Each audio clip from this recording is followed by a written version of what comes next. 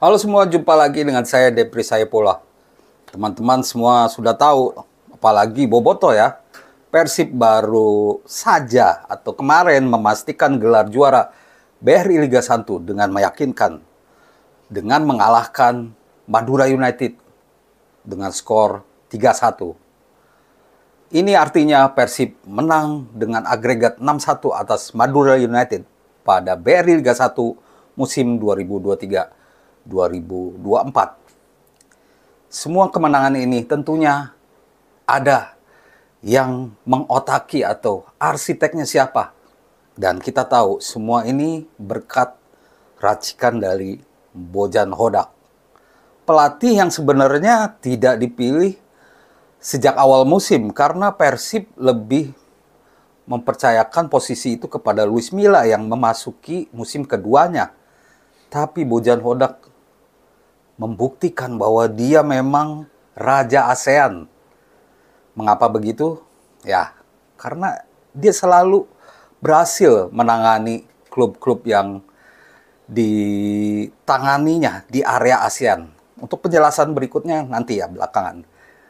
Sekarang ini saya akan mencoba untuk menjelaskan bagaimana Bojan Hodak ini ya, kiprah Bojan Hodak. Dan pantas dicatat bahwa Bojan Hodak menjadi pelatih asing pertama di yang berhasil membawa Persib juara. Setidaknya berdasarkan catatan ada 12 pelatih asing yang pernah menangani Persib sebelum Bojan Hodak. Dan semuanya gagal membawa Persib menjadi juara. Dua gelar juara sebelumnya yang diraih oleh Persib justru diraih oleh pelatih lokal. 2014 oleh Indra Thohir dan 2019-94 oleh Indra Thohir dan 2014 oleh Jajang Nurjaman. Kita tahu bahwa Persib berganti-ganti terus pelatih. Pelatih asing dari Polandia, dari Polandia, dari Brazil, dari Chile, Moldova, dimulai oleh Marek Janota ya di musim saya lupa lagi, tapi setelah itu berganti-ganti sampai Mario Gomez, sampai Rene Albert, semuanya gagal dan buntu mengangkat Persib juara. Hanya Bojan Hodak yang menjadi yang pertama untuk meraih gelar juara bersama Persib. Dan semua ini baru dilakukannya sejak pekan ke-6 BRI Liga 1. Posisi Persib masih di peringkat 16 dan Bojan Hodak juga di 3 laga awal tidak berhasil membawa Persib menang. Di 3 laga awal dia hanya meraih 2 poin, yaitu 2 kali imbang melawan Bali United, dan Barito Putra juga kalah 1-2 dari Persis Solo. Tapi setelah pertandingan itu, di pekan ke-9, Bojan Hodak terus membawa Persib naik. Di 13 pertandingan Persib berhasil dibawanya, tidak terkalahkan, dan rinciannya yaitu 9 menang, 4 kali imbang. Di antaranya skor besar 5-0 melawan Persita Tangerang. Dan inilah yang membuat Bojan Hodak berhasil membawa Persib seperti sekarang. Dan dia juga seorang pelatih yang bisa disebut raja di ASEAN. Sebelum final dengan Persib, dia sebelumnya juga 3 kali membawa lolos ke final bersama Kuala Lumpur City FC. Di Piala Malaysia, di Piala Super Malaysia ya, dan juga Piala AFC. 3 kali, jadi 4 kali final beruntun sebelum bersama Persib. Dia juga selalu juara dengan klub-klub ASEAN yang pernah ditanganinya. Di Kamboja, yang menjadi awal karirnya di Asia Tenggara, yaitu Phnom Penh Crown, juara Liga Kamboja di musim 2010-2011. Lalu bersama Kelantan FC di musim 2011-2012 bersama Johor Darul Takzim di musim 2013-2014. Dia juga bahkan berprestasi dengan tim Malaysia U19 yang menjadi juara di Piala AFC Piala AFF U19 pada 2017 lalu. Jadi lengkap sudah gelar dia di lingkup ASEAN ya, meski tidak semua negara di ASEAN, tapi beberapa negara yang ditanganinya berhasil dibawa, klub-klub yang ada di Asia Tenggara berhasil dibawanya menjadi juara. Inilah membuat Bojan Hodak selalu disukai oleh fans-fans di Malaysia atau di Kamboja. Dia memang belum pernah ke Thailand dan Vietnam, tapi menurut saya dia bisa dinobatkan sebagai Raja ASEAN. Lalu bagaimana atau kunci apa yang dipakai oleh Bojan Hodak sehingga mendongkrak prestasi Persib?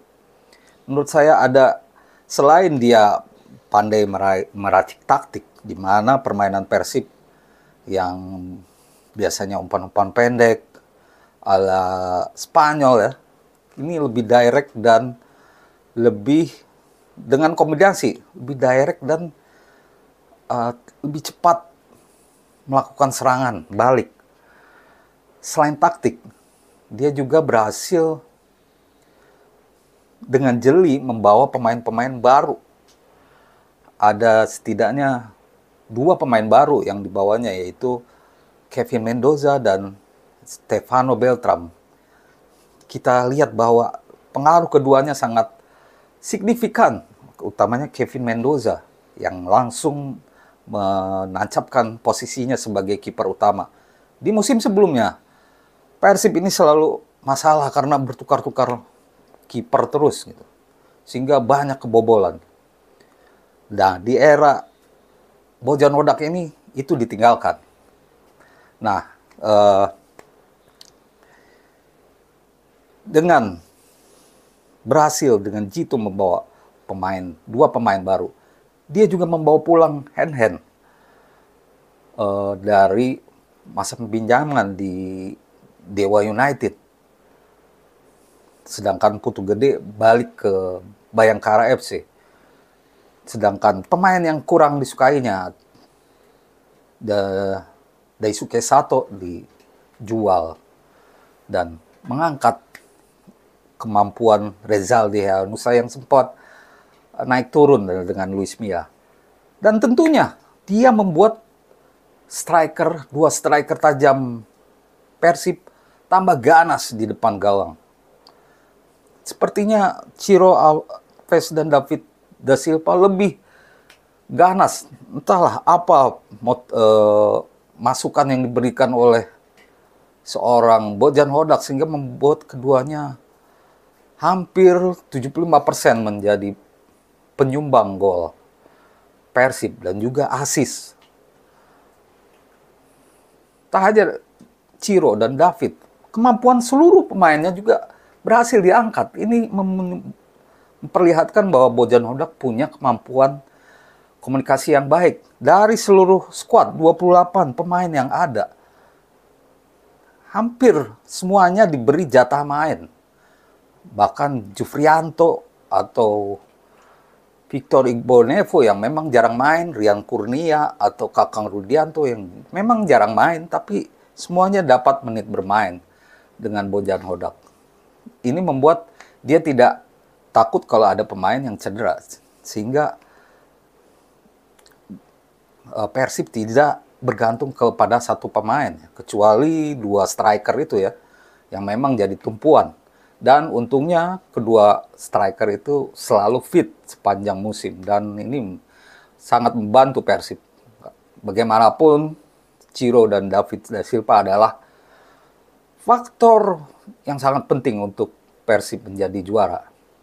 Nah, setelah jadi juara ini, pertanyaan berikutnya adalah bagaimana kiprah Persib musim berikutnya. Dan tentunya di Piala AFC. Nah, kita tahu bahwa klub-klub di Indonesia kurang eh, kurang meraih prestasi yang bagus di level AFC, Piala AFC, bukan Champions League, Liga Champion Asia, atau ya seperti Europa League-nya lah. Terakhir memang PSM hanya sampai di final zona Asia aja dan kalah oleh Jordan Hodak ya pada 2022 lalu. Lalu Bali United dan PSM juga musim ini hanya berada di peringkat 3 fase grup.